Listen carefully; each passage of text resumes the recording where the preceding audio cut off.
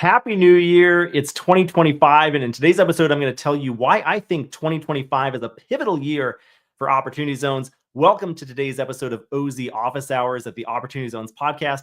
I'm Jimmy Atkinson. I'm the founder of OpportunityZones.com. And in today's episode, I'll give you my thoughts on the state of the OZ industry and marketplace as we start this new year, 2025. And then we'll shift into live Q&A from the audience in attendance during this live stream. But first, let's dive into the state of Opportunity Zones as we begin the new year and why I think this year, 2025, will be a do or die year for Opportunity Zones. For those totally new to Opportunity Zones, this investment program is what I believe to be the greatest tax incentive ever created. Essentially, when you reinvest a capital gain into one or more federally designated Opportunity Zone locations across the United States, you can completely eliminate capital gains tax after achieving a 10-year hold. That's right. You pay no capital gains tax on Opportunity Zone investments, and you can exit your OZ investment completely 100% tax-free. Now, if you're new to Opportunity Zones or if any of this is confusing to you, I have a comprehensive beginner's guide where I explain Opportunity Zones in detail. You can learn more at my website, OpportunityZones.com, or you can download my free beginner's guide by heading to OpportunityZones.com/download. Now, 2025 will mark year 7 for Opportunity Zones. OZs came into law as part of the 2017 Tax Cuts and Jobs Act, but investment didn't really begin until the following July of 2018. That's when the map of Opportunity Zones was finalized by the Treasury Department. So OZs will turn 7 years old this summer. Fast forward a few years, we got final Opportunity Zone regulations from the IRS in December of 2019, about 5 years ago, and we now have a much more mature marketplace. Overall, OZs have been far more successful than anyone had predicted at the outset of the program, and I currently am estimating that over $150 billion in Opportunity Zone equity has been raised so far. It's by far the largest economic development program in U.S. history, but it's a perishable tax incentive. The program is currently scheduled to sunset after 2026, after the end of next year, and 2 incentives have already expired: the 10% basis step up and the 15% basis step up in 2021 and 2019, respectively. And just as I mentioned a minute ago, the entire program is going to wind down after December 31, 2026. That's the final date when you can trigger a capital gain that is eligible for OZ investment and all the tax benefits that go along with investing in Opportunity Zones. So the OZ party essentially ends in 2027 unless Congress takes action to extend and renew the program. OZ reform legislation has been introduced in the previous 2 sessions of Congress, but Congress failed to pass any tax legislation under President Biden.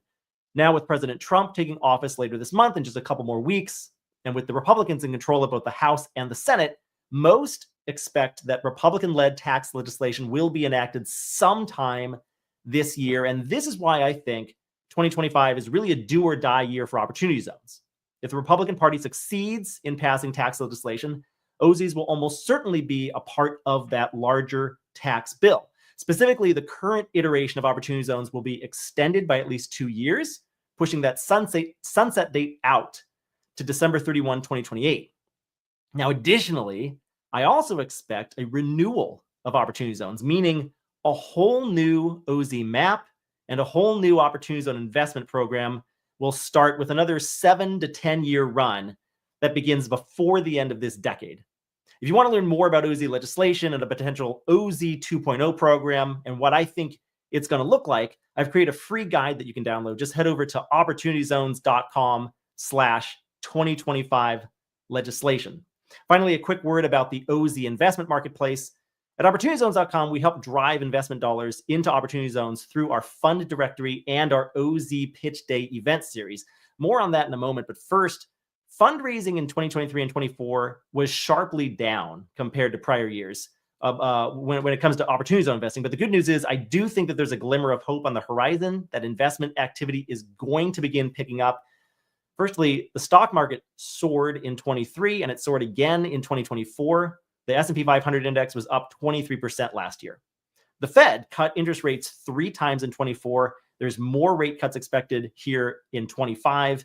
And Novogradic's 2024 Q3 survey showed an uptick in fundraising volume, the first meaningful acceleration in investment activity in 2 years. I'm going to show you that on the screen right now here. Here's Novogradec's recent article from November where they showed, you can kind of see the slope of this line was very steep the first couple years of the program and really leveled off in 22 and 23. But this last little uptick right here is a much steeper upward slope than we've seen in a couple years. So I think that's a good indicator that hopefully some more investment activity is on the horizon. I mentioned earlier that I believe over $150 billion of OZ equity has been raised since program inception. That's based largely on Novogradec's data showing about $40 billion from their small subset of Opportunity Zone funds that they're able to survey. I extrapolate that out. They admit that they're only able to capture probably 25% to a third of the total marketplace. So extrapolating that number out, I think it's about $150 billion or more of OZ equity that's been raised since program inception. On top of that, using Novogradec survey data, I estimate that over 500,000 new housing units have been created with Opportunity Zone. So it's really crucial that we keep this party going. Now, to stay in the know on all things Opportunity Zones, you may be interested in joining my OZ Mastermind community, OZ Insiders, which I launched near the end of 2023. We're over a year old now, and we're going to go continue to work to grow this group considerably in 2025. This group gets together every month with online meetings,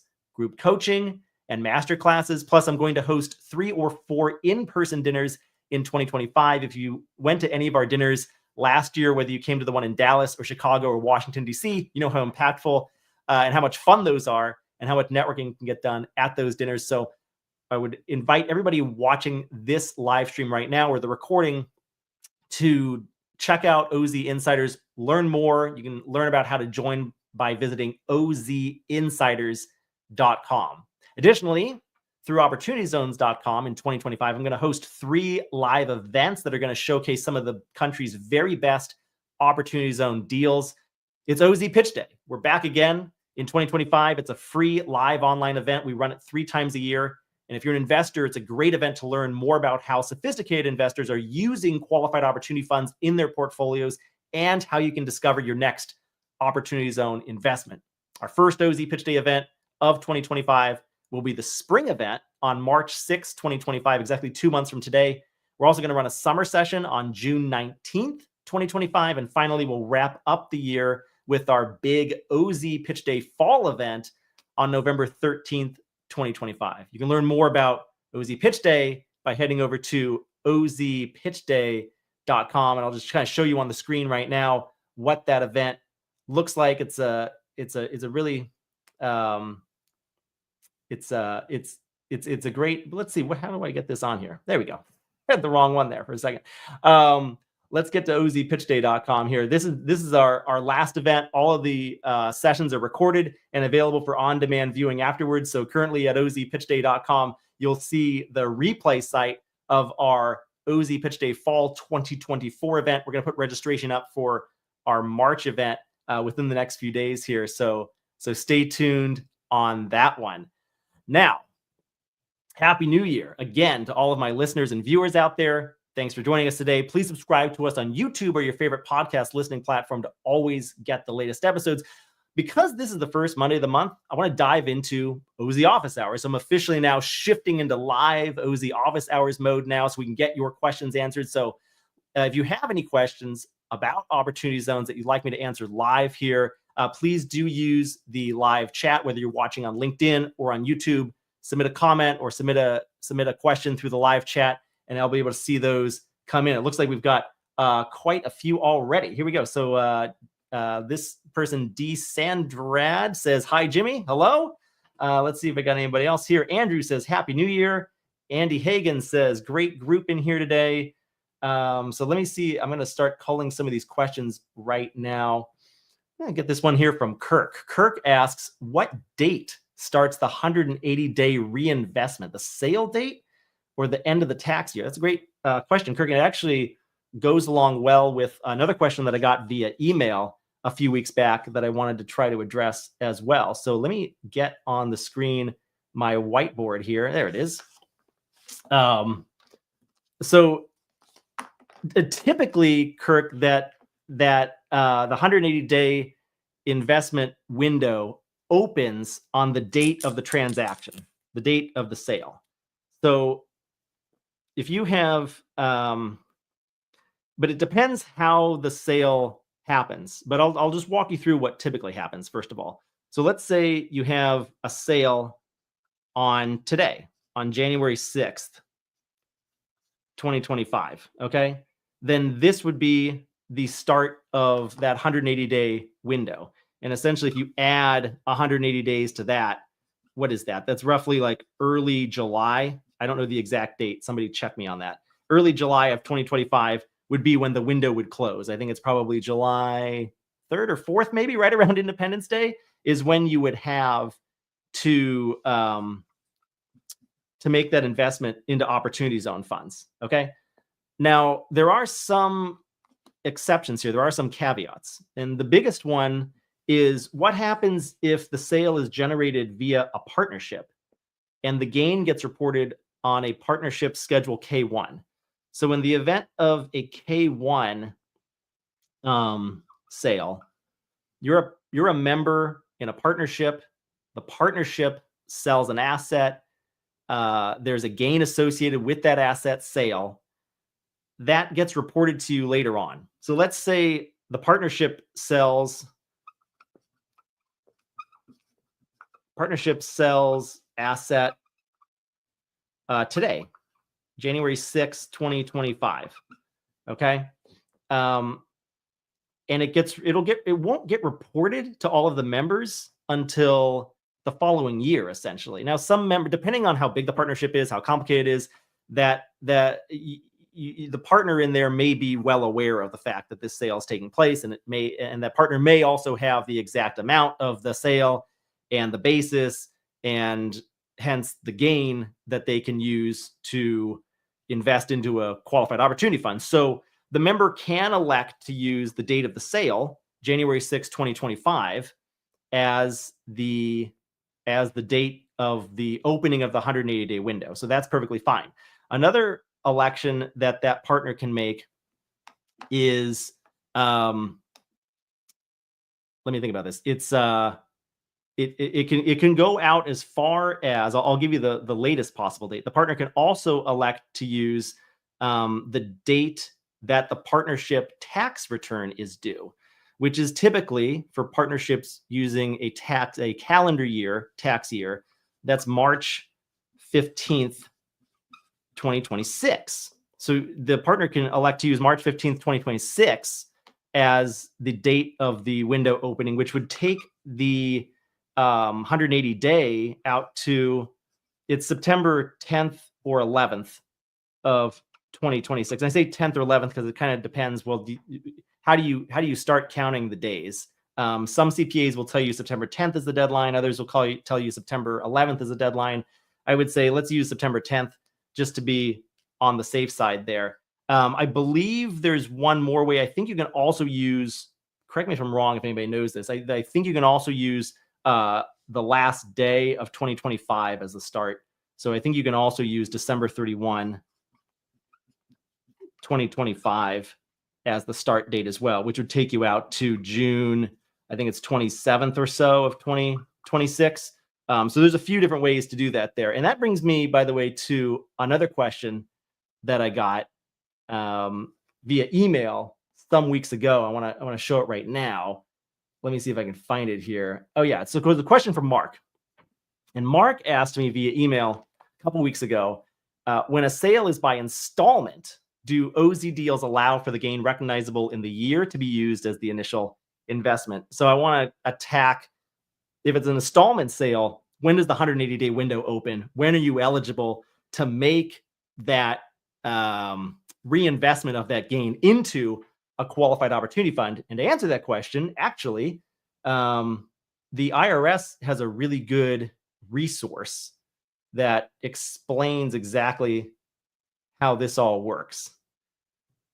So let me go to the IRS website right here. If you do a Google search for IRS Opportunity Zone FAQs, the URL is kind of long, so I won't read that whole thing. But just do a Google search for IRS Opportunity Zone FAQs. It'll take you to this Opportunity Zones Frequently Asked Questions page. And there is a specific section about installment sales right here. So I'll scroll down. I believe it's question 18. Here it is right here. Question 18. This person asked a similar question from Mark. I sold property in 2020 and the sales proceeds are paid to me in installments. What options do I have to make investments in QOF? So there's basically, I'll skip to the cut to the chase here. You have two different options, two different elections you can make. First, you can choose to have just one 180-day period.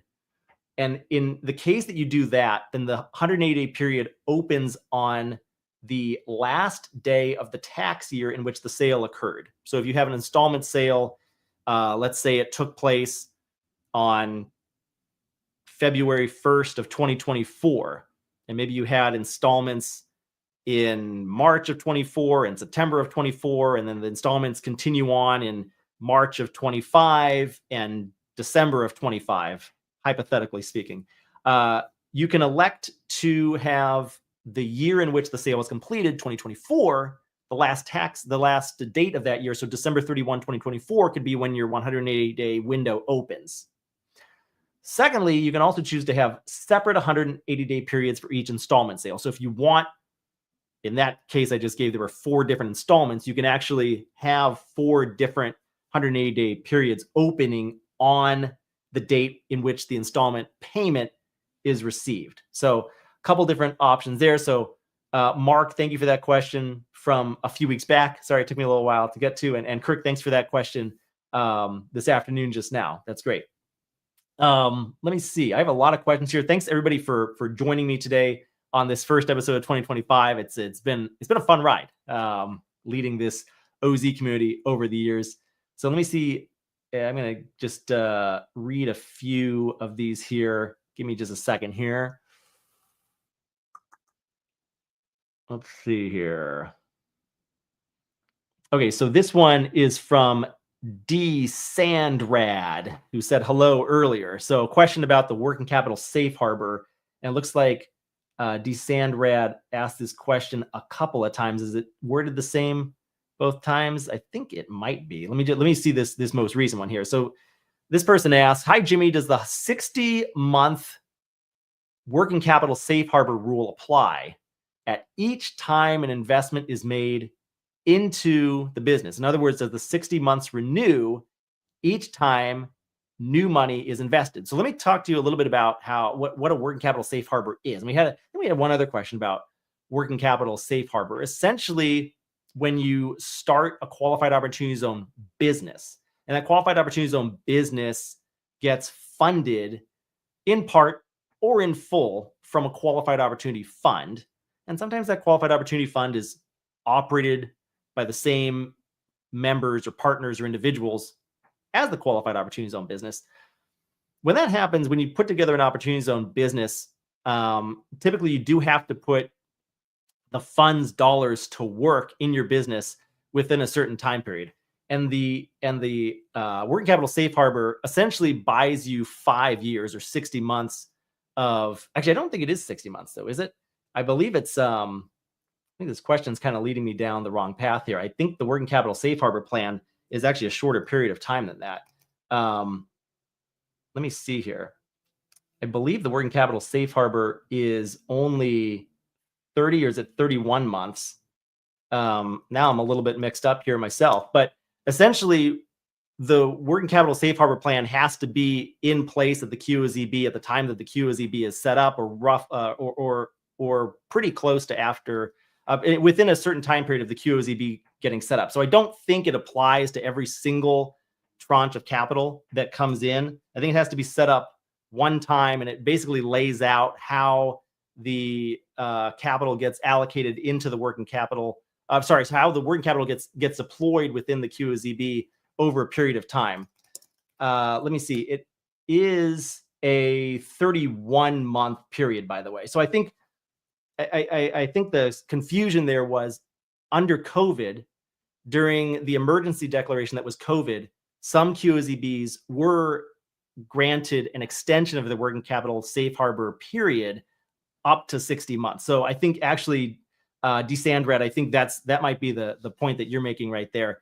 There are some, depending on when your business was set up, when the capital came in, you may in fact, have a 60-month period. I don't think that applies anymore to new businesses that have been established within the last year or two, since that emergency declaration ended. Currently going forward, all working capital safe harbor periods are just 31 months as defined by the regulations. And I do believe, but check with your CPA on this. This is not meant to be tax advice, but I do believe that the working capital safe harbor really just applies to the business, not to every single tranche of capital that comes in. Good question there. And it is 31 months for the most part, but good question there. And thank you for that question. Yes. And you say, yes, but there are extensions. Yes, that's correct. All right. Let me get to this question here from YouTube user. I like this one here. YouTube user asks, if I defer a capital gain summer 2025 in a qualified opportunity zone fund, when is that capital gain due to the IRS pending no extensions from Congress? Okay, so let's assume that Congress doesn't act on extending opportunity zones, which is a good assumption to make, I think.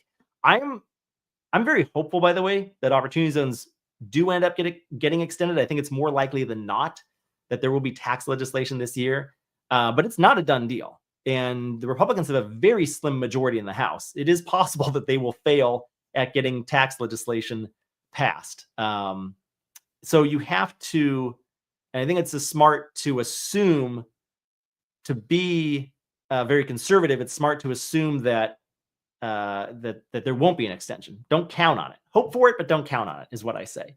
So in that case, if let's say you have a capital gain, you say summer of 2025. So let's say you trigger a capital gain July 1 of 2025. You have roughly until the end of the year it's 180 days past that, to roll over that gain amount, either a portion of the gain or all of the gain, into a qualified opportunity fund. The deferral period is until December 31, 2026. So at this point, there's really only a 1-year deferral. You wouldn't pay tax on that gain for your 2025 tax return due April of 2026. You would basically kick the can down the road just 1 full year, Mr. YouTube user. You would recognize that gain on your 2026 return, and the liability on it would be due in April of 2027. So I think that answers that question there, but feel free to chime in. Okay, let's see. What else do we have here? I'm going to try to get to a couple more questions here. And I did want to get to this one that got sent to me from Bill just this morning. Bill got my email announcement this morning that said, hey, I'm going live today. If you can make the live stream, that'd be great. But if you can't, submit a question here via email and I'll try to get to it. So Bill asks, how do we get qualified opportunity zone fund investors and follow SEC regulations? Currently, we cannot advertise, and we can only sell in limited states where we have registered. So it sounds like Bill is offering his qualified opportunity fund as a security to potential investors. And there's really 2 different ways in which you can offer any type of private placement fund or security that isn't publicly registered with the SEC. By the way, there are a few more, but there's a handful of different ways in which you can file with the SEC. I'm going to cover the 2 most popular options that cover, I would say, more than 99% of all cases. So under these 2 different ways of filing an exemption with the SEC, you're doing both of these with Form D, SEC Form D or Regulation D. There's 2 different rules that you can follow. You get to choose one rule or the other. It sounds like Bill has chosen Rule 506B, as in Bravo. So 506 Bravo, 506B, you're not able to advertise or publicly solicit dollars for your private placement fund, including opportunity zone funds. The other option is to file an exemption as 501, Rule 501C or 501 Charlie. So under 501 Charlie, 501C, you are able to advertise the fund. And most of the time, I recommend to somebody who's setting up a qualified opportunity fund that needs to go to the marketplace to raise capital for the fund, I recommend, hey, you want to register this as a Rule 501c private placement offering. If you do a 501b, there's some benefits to doing a B, but frankly, more often than not, for the types of folks that I deal with, at least, type of folks that are raising OZ equity, you usually want a 501c option. And most funds that are raising capital are registered as a 501c. So anyways, sorry for that SEC chatter or technical terminology, but it is important to kind of get that for fund managers, kind of understand the differences between those two different exemption offerings. And really, Bill, I would suggest to you, go back to your securities attorney or whoever filed with the SEC and ask about refiling as a 501c, because now as a 501c, then you can perform what the SEC deems general solicitation, or what you call advertising, what the rest of the world would refer to as advertising. You could publicly advertise your offering. There are a couple more hoops that you need to jump through. You need to ensure that all of your investors are accredited, but you're probably going to do that under a 506b anyway. Anyways, I would say final word, talk to your securities attorney and play them the last couple minutes of this clip from this episode. Let me get back to the comments here. I'm going to spend about 5 more minutes before I cut everybody loose. Really want to thank everybody for coming in. Thanks for all the great questions. I know I'm not going to get to all of them, but if you have any questions that I didn't answer live, please do feel free to email me and my team at info@opportunityzones.com. All right, let's see. All right, let's get to this question from Kanthan Win. So Kanthan Win asked, what has been the return on these OZ investments in the last 2 years with the high interest rate, since most of them went for short-term interest only? Has valuation held up? Kanthan Win, great question. And unfortunately, I don't have a comprehensive answer on returns of OZ investments. It's, I guess, I hope this doesn't sound like too much of a cop-out, and forgive me if it does, but I think it's too early to tell if valuation is holding up. For starters, none of this data is publicly available. So there's no, if you want to find out what's going on with NVIDIA stock or Facebook stock or any stock in the NASDAQ or the Dow or the S&P 500, all of that data is publicly available. Those securities are traded tens of thousands, hundreds of thousands, millions of times a day. They change hands. So there's public pricing. There's no such public pricing available on small private placement real estate funds. So it's really difficult to tell. I will say that I myself am personally invested in a handful of different opportunity zone funds. And I've noticed that some of the more conservative funds that I'm in that are just doing investments in multifamily, my shares, according to the fund manager, are worth more now than they were when I made my investment a few years ago. I'm also invested in some more opportunistic type business operation funds, and I've noticed that my shares in a couple of those has gone down a little bit from where they were when I invested. So I think it really depends on what type of asset class are you invested in. But I would also say, looking at returns over a 2-year period for something that's to be held for 10 plus years isn't a particularly meaningful exercise anyway. I have my eyes on a long-term investment horizon. This is just me personally, as a qualified opportunity fund investor who actually has some of my own money invested in opportunity zone funds. I don't really worry too much about quarter-to-quarter fluctuations in value, or even year-to-year fluctuations in value. I'm really worried about, I really have my eyes set on, all right, what is this going to be worth 10 plus, 15 plus, maybe even 20 plus years from now? And I'm pretty optimistic in most of my opportunity zone fund investments that it's going to be worth considerably more way down the road than it was when I first invested. Because, by the way, if they're not, then the whole point of opportunity zone investing is moot from a tax incentive standpoint, at least. But great question, Kent. When if anybody has any comments on that, by the way, if you're an OZ investor and you've seen your valuations go up or down, I'd love to hear from you in the comments. Let's see if I can get to one or two more questions before I cut over loose. We're already at the 30-minute mark. I don't want to keep everybody too long here on this first episode of the new year. But let's see. Okay, so Derm NC asks one about legislation. Derm NC asks, do you know what, if anything, will be included in an upcoming reconciliation bill process for QOZ? This is a great question.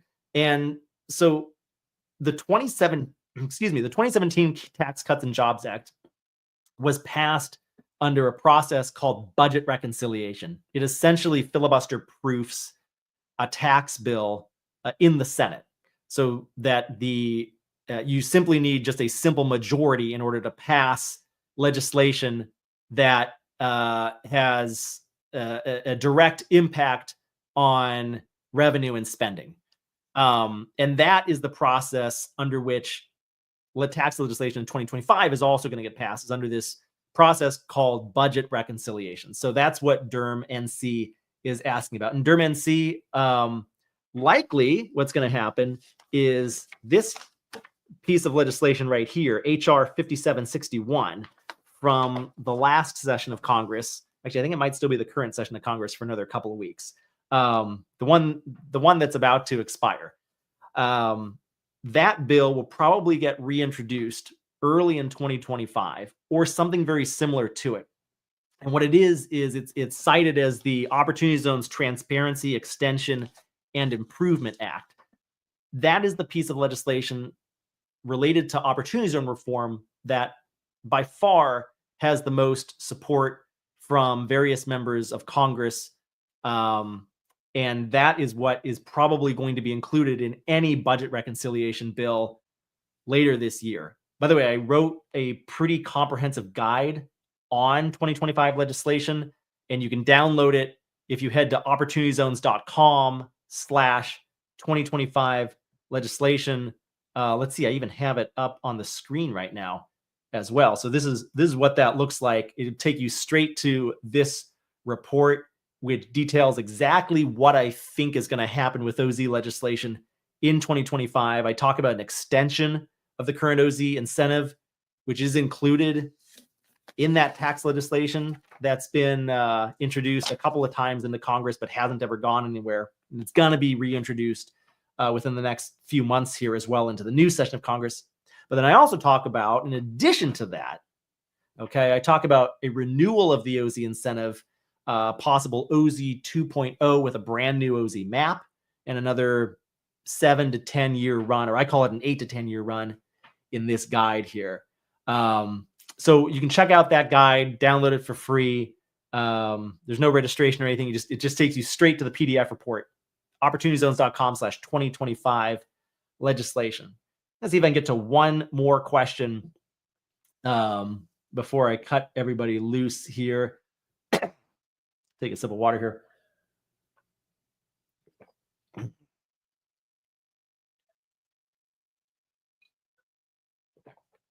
So I'm going to get to this one here from VM Matt 123. I'll just call you Matt if you don't mind. So Matt asks, can QOZs require additional capital if their initial plans do not come to fruition?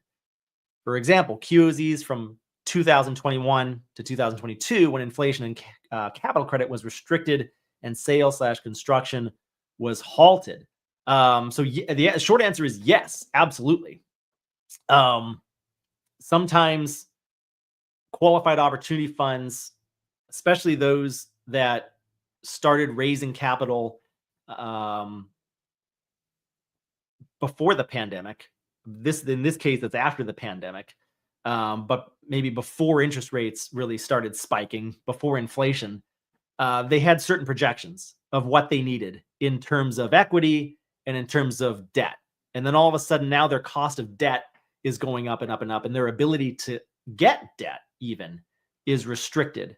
So now in their capital stack, they have a gap. Maybe they have a funding gap of $5 million or $10 million.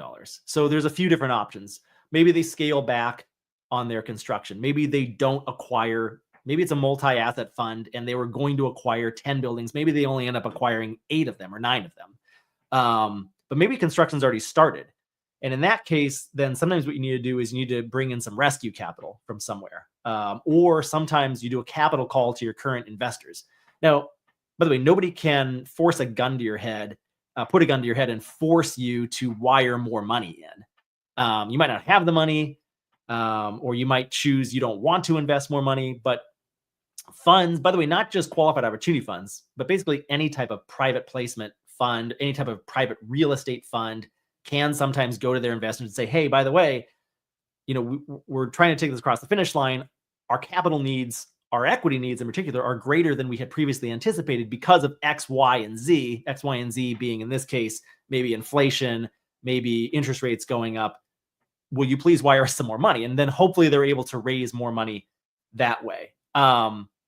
But there's a few different ways that to get around that. I mean, one is scaling back, like I mentioned, scaling back the construction, scaling back the acquisitions within the fund. But yes, that does happen sometimes. It's not super uncommon for that to happen, and that problem is not restricted just to qualified opportunity zone funds. Let's see. I do see quite a few more questions in here. I'm sorry I didn't get to them all. I am going to stop here right now, though, for this month's episode of Opportunity Zone's Office Hours.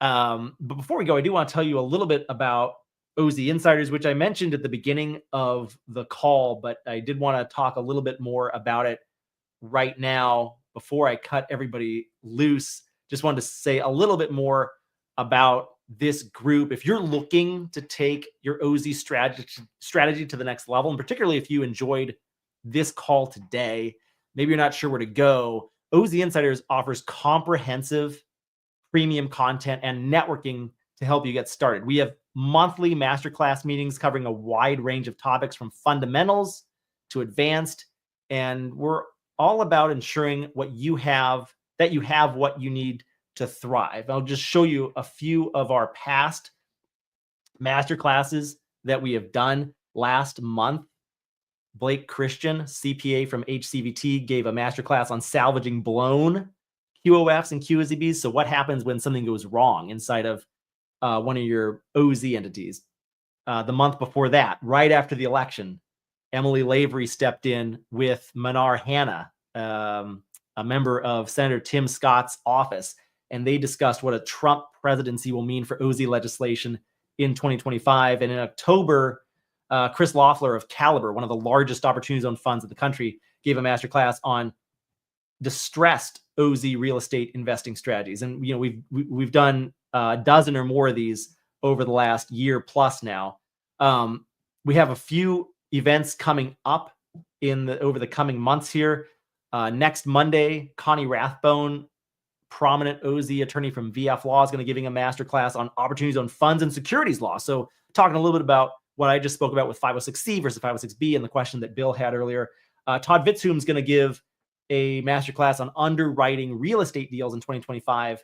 And Brett Siglin is going to discuss real estate financing in the new environment in March. So those are our next 3 months worth of masterclasses. In that session, right before we begin those formal masterclass presentations, we do have group coaching. So it's a lot like this call right here, where I answer your questions live, but we also have attorneys and CPAs on the call that can help facilitate those Q&As.